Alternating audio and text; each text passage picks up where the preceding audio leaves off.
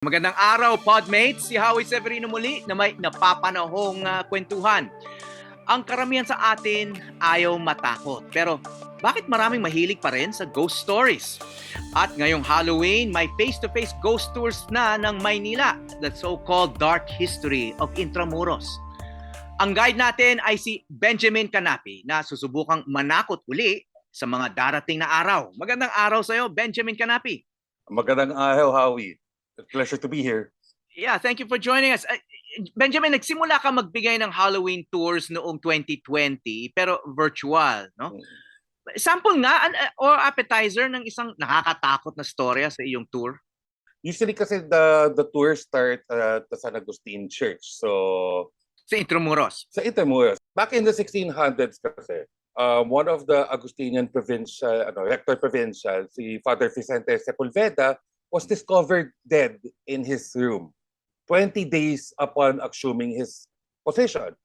And because natagpuan siya sa loob ng kumbento, ibig sabihin, ang pumatay sa kanya was one of their own, one of the Agustinian monks. So, inside job, kumbaga. Inside job siya. So, ang ngayon, hindi nila ma-determine kung paano nila malalaman kung sino sa mga yon ang pumatay. So, biglang may naisip silang medyo kakaiba na paraan. Ang ginawa nila, binuhat nila yung katawan ni Father Sepulveda sa loob ng antikoho ng San Agustin. So yung antikoho, kung pupunta kayo ng San Agustin ngayon, ito yung kwarto bago kayo umabot dun sa yung choral area. Kung saan dati, dun piniposisyon yung choral para habang kumakanta sa misa. So yung antikoho, pinasok nila yung katawan ni Father Sepulveda doon, inupo nila sa isang upuan, tapos pinapila nila lahat ng mga Agustinians sa labas ng pinto. Tapos isa-isa nila pinapasok. Pero habang pumapasok, may taong nakahawak doon sa puso. So pang inaalalay, nakahawak doon sa puso ng yung monghe na pumasok. The idea behind that was, if the guilty monk sees Father Sepulveda pointing at him, his heart will beat faster and thus will prove his guilt. Wasn't exactly the most scientific of techniques, but believe it or not, all three guilty parties have confessed, and two of them were actually hung in front of the San Agustin Church. So, effective yung ganong method? Believe it or not, it was effective. Pag kinikwento namin yan, there's a bit of a joke dyan because it was a weird technique to use, but it worked. For all intents and purposes, they caught the culprits. Ayun. Okay, Benjamin, yung kwento na yan, no? It's horrifying, but it's not exactly a ghost story. It's more like a historical crime, parang crime mystery, and it was solved in a kind of a bizarre way, and then nagkaroon ng resolution. So it's no longer a mystery kung sabi mo nga nag-confess nga yung mga murderers, no? So it's kind of a history lesson din, no?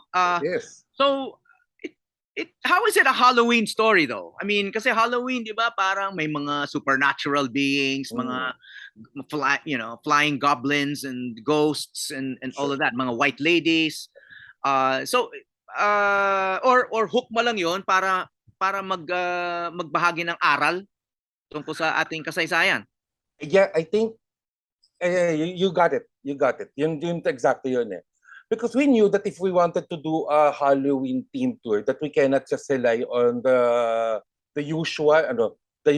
normal stories that we usually say when we're taking our Manila tours. We had to focus on something a little bit more macabre, a little darker. But at the same time po, I didn't actually want to, I didn't want to just do like people were walking around looking for ghosts, or worse, inventing stories about ghostly apparitions in Intramuros. I wanted to remain truthful and as factual as possible.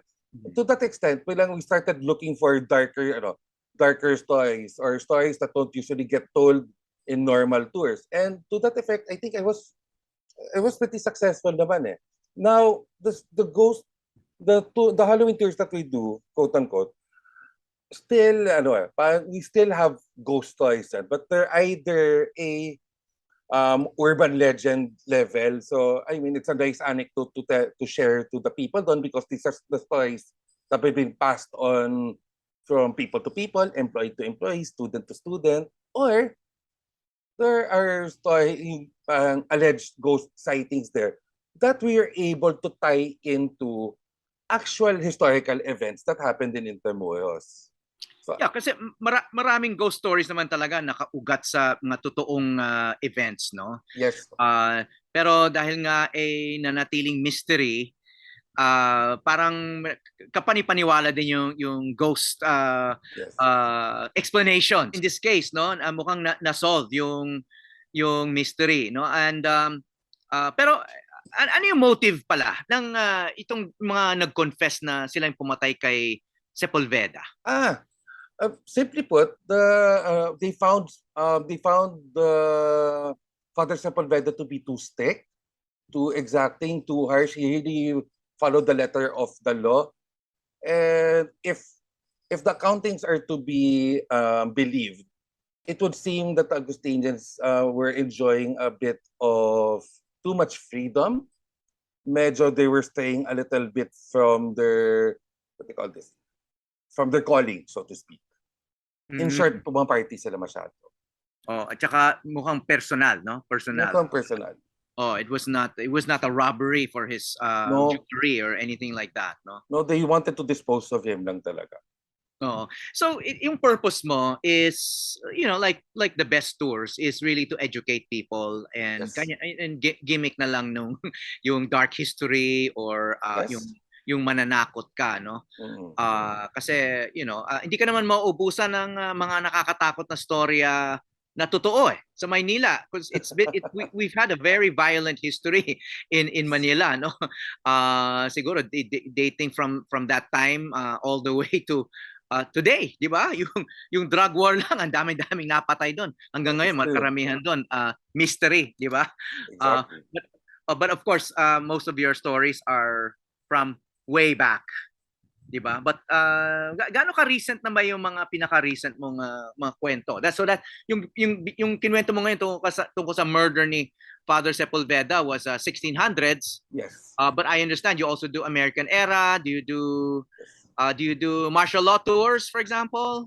I want to. I absolutely want to, and we'll do the feasibility and research of that quite soon. I really, especially given what has transpired over the last couple of months, I feel that martial law tour is more timely now more than ever. But to answer your first question, it depends on the area. Now, in Temuis kasi, most of the stories, if not Spanish era, then it kind of jumps to the Battle of Manila stories, so 1945, because Intramuros kind of took a backseat during the American era. Medyo naisintabi siya because the developments I had that were more exciting. I also have a tour now, an upcoming live tour on Halloween Day mismo, yung One Night in Ermita. So we're focusing on the heritage structures from the Manila Central Post Office, Metropolitan Theater, City Hall, Luneta, and so on and so forth. The stories there will now focus on the American era ends because yun yung time era ng mga yon. However, even for the Metropolitan Theater, the story I'm going to be telling will come from 1986. So, saan nanggagaling yung mga stories mo? Original research or marami kang binabasa, kinukwento sa'yo? I wouldn't know. I don't know kasi how you define original research, but I did look for stories in websites, books. For Intramuros, some of these stories actually came from the old newsletters of Intramuros from the 80s. Tapos, some people came forward with their own stories, and it was a matter of curating and figuring out which one worked and which one didn't for the flow of the tour, and yun. But it really came from different sources. Okay. So, halo-halo, no? Different, Halo-halo talaga. different sources. And you try to verify naman. Oh Kasi yeah, maraming tinatawag nga na urban legend, no? I mean, you try to corroborate that with other sources. precisely. So for example, the story of Father Sepulveda and a couple of other stories relating to the San Agustin Church comes from the San Agustin archives themselves, which have been lifted from and translated and reported on by other people. So those come from legitimate historical sources. I have a story that involves the location of the Memory Manila, where a governor general killed his wife and his wife's lover in a fit of passion. It's not even a secret. That story actually appeared in Wikipedia. Ganun siyang ka-public. And then I confess that most of the stories that dun sa One Night in Manila, One Night in Intramuros, kind of go back to the Battle of Manila. Now that is highly vettable, and it's verifiable. And when I tell stories about that just really involves, okay, this is the ghost sighting here, this is the most manifestation in this area is like this. I always I always put a caveat doon na, okay, this is what other people say. These are the stories that are popular to it. Because I don't want to speak with finality regarding anything like that. Ang hirap nang sabihin na, totoo, may multo talaga dyan, may nagpapakita ng ganito, o may lumulutang na ulo dyan. I don't do that. Okay. I don't do that. But do you yourself believe in ghosts? I do. I You do. do. I do. But it's one thing for me to believe in ghosts and spirits and everything in between personally. But it's another thing to inflict my personal beliefs on what is supposed to be a historical tour. It wouldn't be fair for me to pass off those stories as to, even if I would believe some of it. But I will add something lang to that. That as also actually, I do have, shall we say, sensitivities. And it's those sensitivities that actually given me an idea if some of the stories, some of the ghost stories are actually true or not. Because honestly, there's a lot of fake ones going around there. Sobrang daming fake ones. Again, for the sake of the listeners here, I'm not actually trying to convince anyone that there's such a thing. It's my personal belief lang, and I'm not gonna inflict that on anybody naman. Okay, so you make sure your stories are based on evidence and Yes. research, no? Mm. Facts, in other words, Yes. fact-based, no? Pero nakakatakot pa rin because after all, violent crimes, nakakatakot naman. We don't even need ghosts para manakot, no? That is true. Oo, That is ang so true. daming mysterious deaths na nangyayari, a lot of violence, terrible crimes that have happened, no? But have some stories attributed to ghosts been revealed to have other causes or explanations after you research them? The most popular ghost sighting in Intramuros kasi, for example, is a lot of people claim that they've seen the ghosts of Guardia Civil roaming and walking around the walled city. The thing is, the security detail assigned to Intramuros has been wearing Redillo outfits from as far back as 1998. So some of those sightings can just be attributed to somebody who saw one security detail walking at night. Sometimes ganong ka-corny, ganong kabaduy, but yun eh. And the fact is, some of these people will report it on Facebook, will show pictures and everything. Then one look at the pictures, okay. Security guard lang nakita niya. Yeah. May ganun eh. Share with us your insight about this, no? Because I know you've probably been thinking about human nature as a guide and as a storyteller. Kasi fear, was evolved, in human beings, so we will know what to avoid. Basically, 'di ba? Kung yung lugar na yan ay nakakatakot, usually iwasan natin, 'di ba? I mean that's it's a survival mechanism sa tao eh. Bakit tayo na-attract ngayon sa mga nakakatakot na kwento? Horror movies, yan yung mga dark history tours na may nagkikwento ka ng mga terrifying crimes na blood curdling crimes na ganyan, in scary places, in haunted houses, no? But bakit ganon? I mean, why are people drawn to scary things when fear evolved so that you avoid things that will scare us? I'm not sure if I can fully answer the question because until now I'm still trying to figure out why why of all the tours and all the activations that we have done, this is the one that has proved to be the most popular and the most enduring. Because even I am wondering why there's so many podcasts about this topic, so many YouTube videos. I mean, I come from the era where Regal Shocker and a certain reporter from another channel, Halloween Special, was popular, and all of these other shows. And back then, we just seemed to gravitate towards it. Eh. For example, for a tour, I'm assuming that my the participants already have are already assured that it's probably going to save. Nobody's going to die there. We're fine. So the fear of dying, the fear of actual danger is out, and there's replaced by anticipation, the thrill, maybe a bit of excitement, and I think that's what it is. Eh. When we watch horror films, we read horror books or comics, we listen to horror podcasts or YouTube channels and watch TV shows on Halloween and stuff like that. I think that people don't actually think that they're going to die or that their lives are in any actual danger. I think it has become more of a sense of thrill seeking, excitement, something to spice up or no, your otherwise, mundane normal lives. So I think it's as simple as just looking for more excitement. You've been in this business not so long, no? No? Since 2018, Yes. you have a tour company called Wonder Manila, and then 2 years later, 2020, biglang nag-lockdown lahat. Yeah. So, paano kayo naapektuhan? Well, especially for me, like I wear different hats. Eh. Like back then, I was a media practitioner for around 2 decades, and I was now into creative consultancy. We were staging events at the night. We had a store. I was also teaching on the side. Everything except the teaching shut down during the pandemic.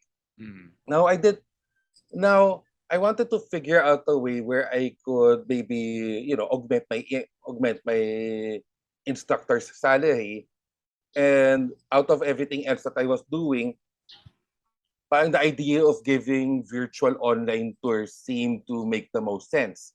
At that point it was only a way for me to, you know, just earn a few extra pesos to, to get through the worst of the quarantine. And then at that point, we were very successful because we were tapped by organizations, we were tapped by businesses to give virtual tours for their, for their clients, for their employees. I first did one night in Intramuros back in 2019 on Halloween, and it had a very good turnout. Over 70 people came. And I was so surprised, and I knew that I wanted to do it again for 2020. But the problem was, we were still in the pandemic and we couldn't do any tours whatsoever. So I decided to just make it an online experience. After that, so I made an announcement. I think I made an announcement October 14 that we were going to do a live stream over at Facebook for free. People just need to come over to Facebook and watch. And that was the only thing that I wanted to do, was to just get some attention, maybe get a few likes, maybe get some more new followers on our social media accounts, trying to keep the name Wonder Manila afloat. So just in case tours restart, we're top of mind. It was just to be visible and just to drum up some noise. I had no idea that we would go viral. That was insane. That was so surprising for us. So, ayun.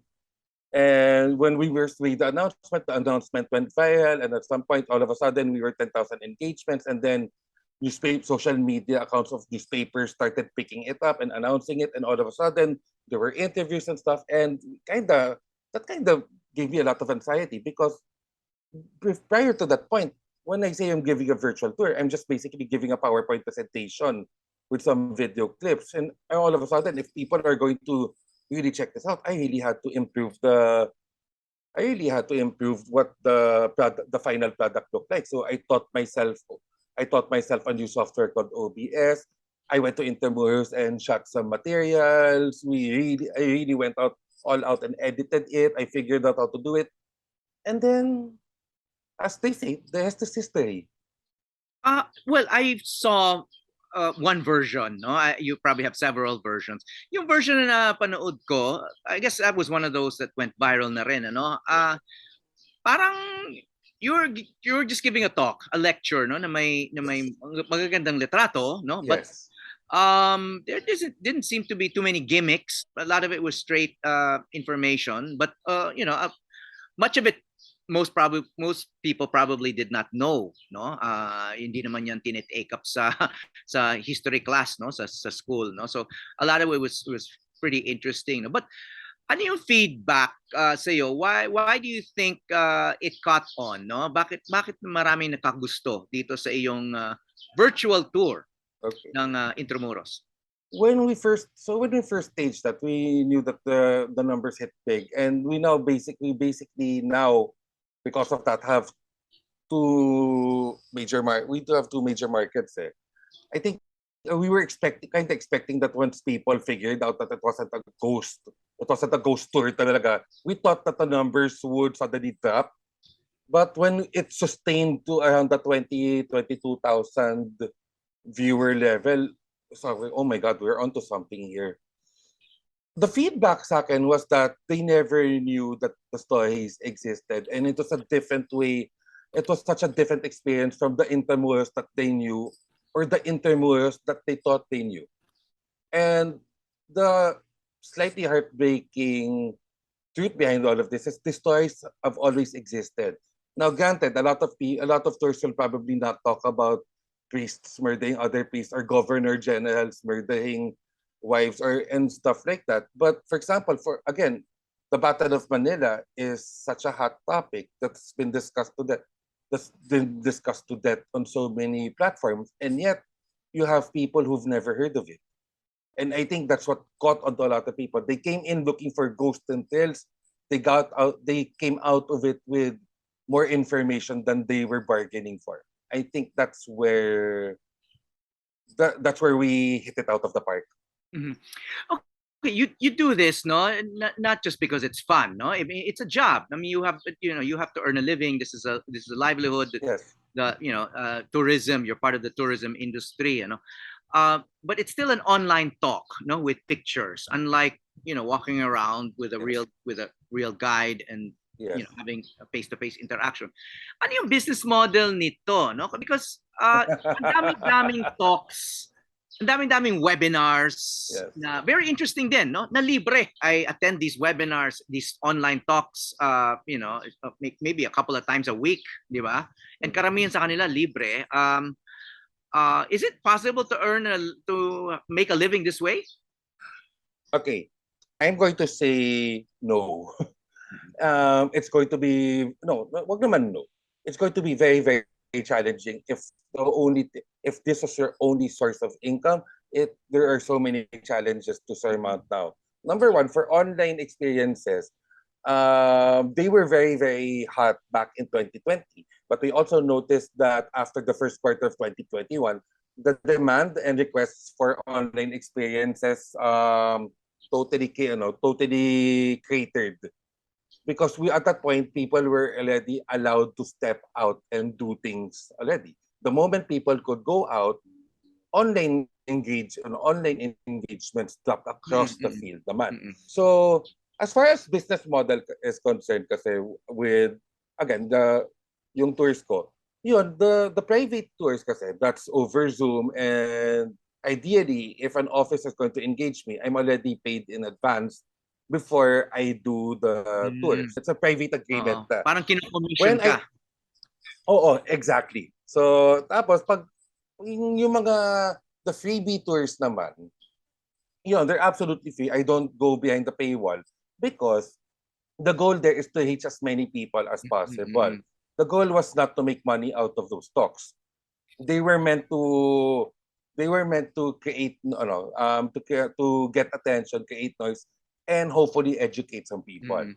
The most that I have done for those was to put up for tips, Yeah.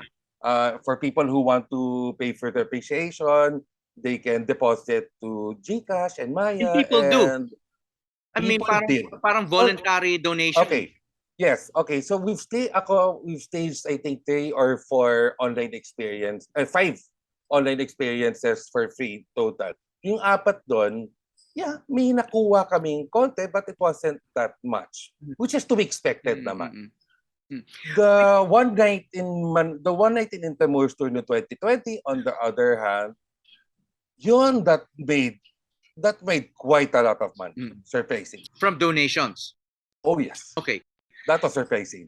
And I suppose ngayon na bumabalik na yung mga face-to-face, physical world kind of tours and tourism, no? You've already created buzz because of the online talks and experiences na ginagawa nyo. So in a way, yung ginagawa nyo during the height of the pandemic and lockdown were kind of promotional activities na pinuhunan nyo na lang so that ngayon na may face-to-face na because, face-to-face talaga, people expect to pay for that, right? Right. Oo. So in a way, ngayon ka lang makikinabang talaga from because of the recall That's very true. ng ginagawa nyo rather than, versus somebody who's just starting now. Diba? Yes. So when the go signal to go back to touring went down nung November 2021, I didn't even have this particular tour in mind there. I was just going to go back to doing the normal tours. But then I started getting inquiries from people requesting that can we book you to do the one night in Intramuros tour live? At first, parang I didn't want to say yes because in my head, I just did that for Halloween. But when more and more of these requests started to come in, I felt foolish to keep saying no. And it felt counterproductive naman. Here's everybody clamoring for a certain type of tour. You should do it. And so it happened na. I was able to get back to touring quite quickly. The demand was quite robust. Even gotten to a point na there were so many requests for people that maybe can they join up? Is there a public tour? Is there a regular schedule? So we started offering that, which before, when we tried doing that back in 2019, only 1 or 2 people would show up. The first time we offered the public tour, opening 10 slots because limited pa yung during February and March, the numbers were limited. We could only tour only so many people.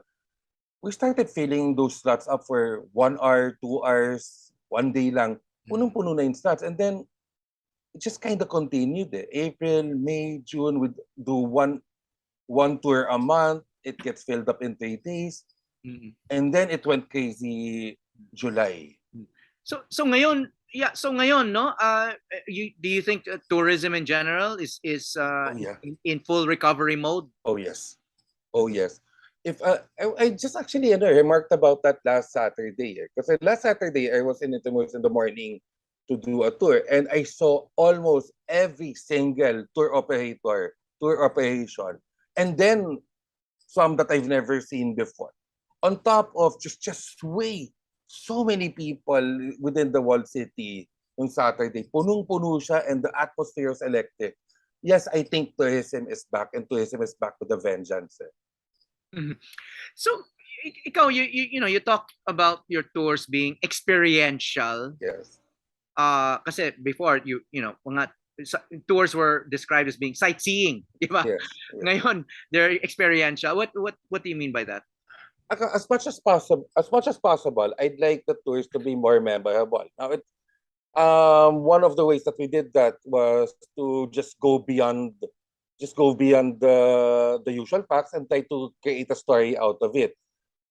For some of the tours that we do, for example, I also offer a Chinoy experience tour, which not only covers Binondo but also covers the nearby district of San Nicolas. So we talk about the Chinoy diaspora and their adjustment on.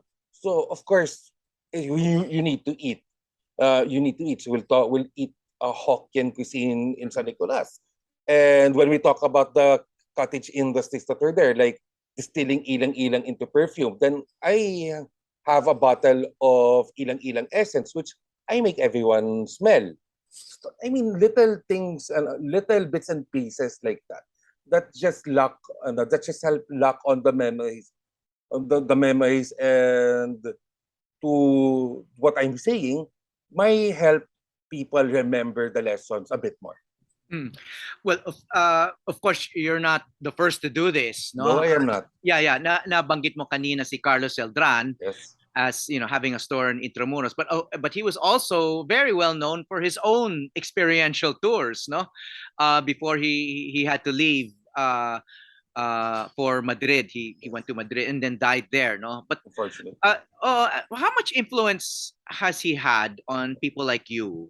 Uh, in terms of Personally, what you do. Oh. personally, Carlos has had such a big influence on me.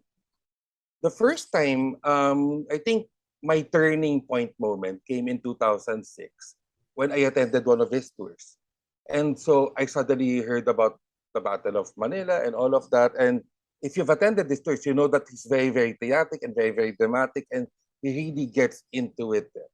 So when I was that young, I was so surprised because I don't remember that being discussed in school. In fact, if I went back to my books, what had we written there is the liberation of Manila, and it really just looks like the Americans waltz in and kick the Japanese out. That's how it appeared in my books back in the day. So I kind of first did not believe him. So I started going to the library, started reading up, and then tama pala siya. And then eventually, I don't know how this happened. Carlos and I became friends. I started getting more involved with his activities. I started following him around. When I started doing pocket tours of my own, he was encouraging me. He really wanted me to do it because according to him, and something that I truly, truly believe now, is that we now more than ever we need more tour guides to tell the true story of Manila. So he was there every step of the way. And when he left and he heard that I was starting the tours, he was so happy for me. So yeah, I mean, I know that Carlos was a big inspiration to a lot of tour operators working Manila nowadays. But I dare say that he had such a profound experience with me. He literally changed my life. Yeah, and he had many different kinds of tours, no? Oh yeah. Meron pa siyang Imelda Marcos tour, and he had, yung colonial era tour. Yes. Ako kasi I used to live in Malate, and I'd be on my bike or walking around, makikita ko yung grupo ni Carlos, minsan lahat sila nakakalesa, no? Isang mahabang pila ng mga kalesa going around Malate. So yun talaga experiential. It wasn't just walking and pointing and talking, no? Talagang pinaramdam niya, pina-experience niya sa mga turista Exactly. ang Old Manila, no? Kung paano yung transportation ng Old Manila, and then they'd end up somewhere and have halo-halo and that kind of thing, no? Yes. When I go overseas, I don't do that very often, pero there was at least one European trip I did where I had what you call Airbnb experiences, no? Usually Yes. Airbnb it started out as accommodations, 'di ba? Right. Pero may tinatawag na Airbnb experiences, no? Where ang daming mga kakaiba, minsan very quirky kind of so-called experiences. When I was in Rome, I did a tour of ancient Rome on a bicycle, no? Parang ganon. Sometimes learn how to be a barista, in Italy or something. May mga ganun, dumadami ba yung mga ganung klaseng experiences dito sa tourism industry. So it's not just going to sites, Mm. but actually learning something or teaching something. How to make Philippine lumpia or Yeah. something like that. No, is and is there potential for that kind of tourism? There is a lot of potential for experiential tourism in Metro Manila because the truth of the matter is we don't have enough products. For example, I love that you mentioned Airbnb experiences and you mentioned these experiential tours abroad because we sorely need them. I don't even know if there is a bona fide, for example, Filipino Pinoy Cuisine 101 type of experience in Manila. Because if there is, I'd love to hear about it. Like, walang ganun experience that foreigners can come in and learn how to cook adobo in sinigang because that would be fantastic. There are not enough food crawls in there are not enough food crawl experiences across the metro. And the mere fact that we're very Manila-centric with our tours when places like Pasig and Makati and Quezon City have so much to offer also is also I I dare say that that is money waiting to be discovered. You- And precisely, but I think we're working in it, and it's not just me, and it's not just Wonder Manila. There are other tour groups out there. Should allow me to say the names. Groups like Don't Skip Manila, groups like Renacimiento Manila, and the Heritage Collective that we're collaborating with or by themselves will do tours about places that you don't expect, like Tondo or Quiapo, or will do different angles of the same place and stuff like that. Actually, those groups that we mentioned earlier, we did something last September called the Intermuros Filipinianatan via Gansa. So we got groups that you were required to wear Filipiniana outfits. And then we Mhm. would take you around Intramuros on the Intramuros Via. Then you get your photos taken in all these locations. Me and a lot of other tour groups were starting this. We're not at the level that we want to be yet. And there's so many experiences that are waiting to be offered. But we need the help of everybody to do it. We need industry partners. We need establishments to work to collaborate with. And that's the research and that's what we're doing right now to be able to create these experiences for everybody. Anong pwedeng role dito ng gobyerno, if any, and Department of Tourism?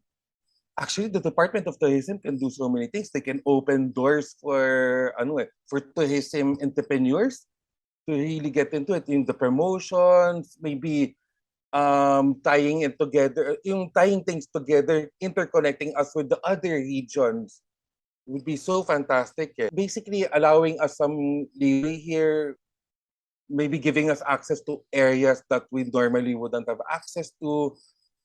There's a long, long list of what the Department of Tourism can do for local tourism entrepreneurs. And Mm. I need to say the term is not just tour guiding anymore. It's tourism entrepreneurs because there is so Mm. much Mm. that we can do. And we're only scratching the surface right Mm. now. Tourism is a course in college, no? Yes, it is. Oh, I've met students, college students who are taking up tourism, and I'm wondering what they're actually learning. No, are you familiar with the kind of education Uh, tourism students are getting, and is it appropriate for the trends that you're seeing? I have met and interacted with some very, very nice tourism students from colleges across Metro Manila.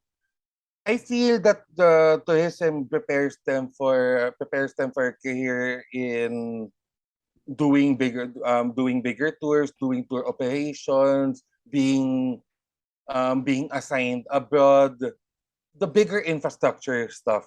I don't think that there is anything that teaches them to be their own boss or to be entrepreneurial in their approach.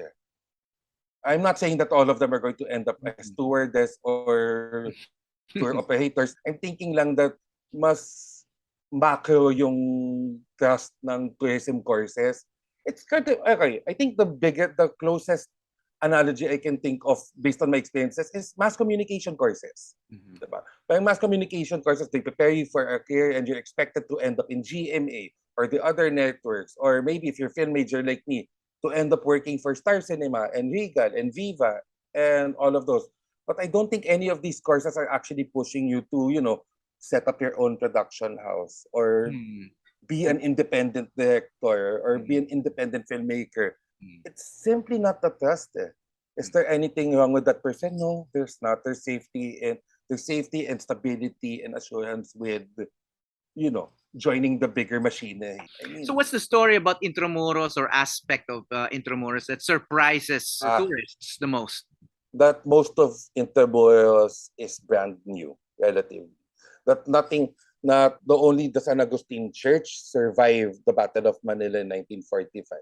That structures such as Manila Cathedral, the Plaza San Luis Complex, Casa Manila, Barbers, all of those old-looking structures were actually built after the war.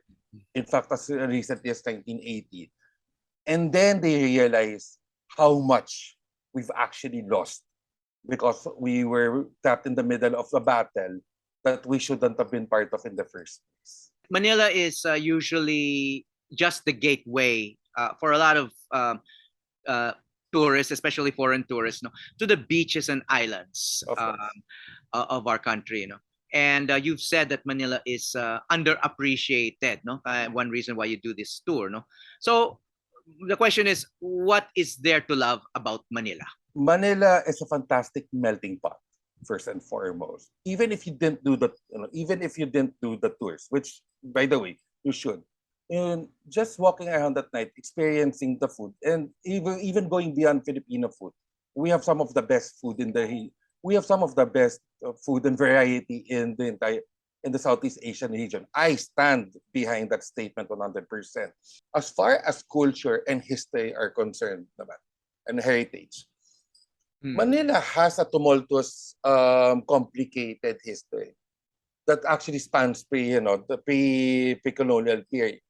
And people, whether local or foreign tourists, should really take on a tour so that they would discover just how complex and exciting and sad and emotional the history of Manila actually is.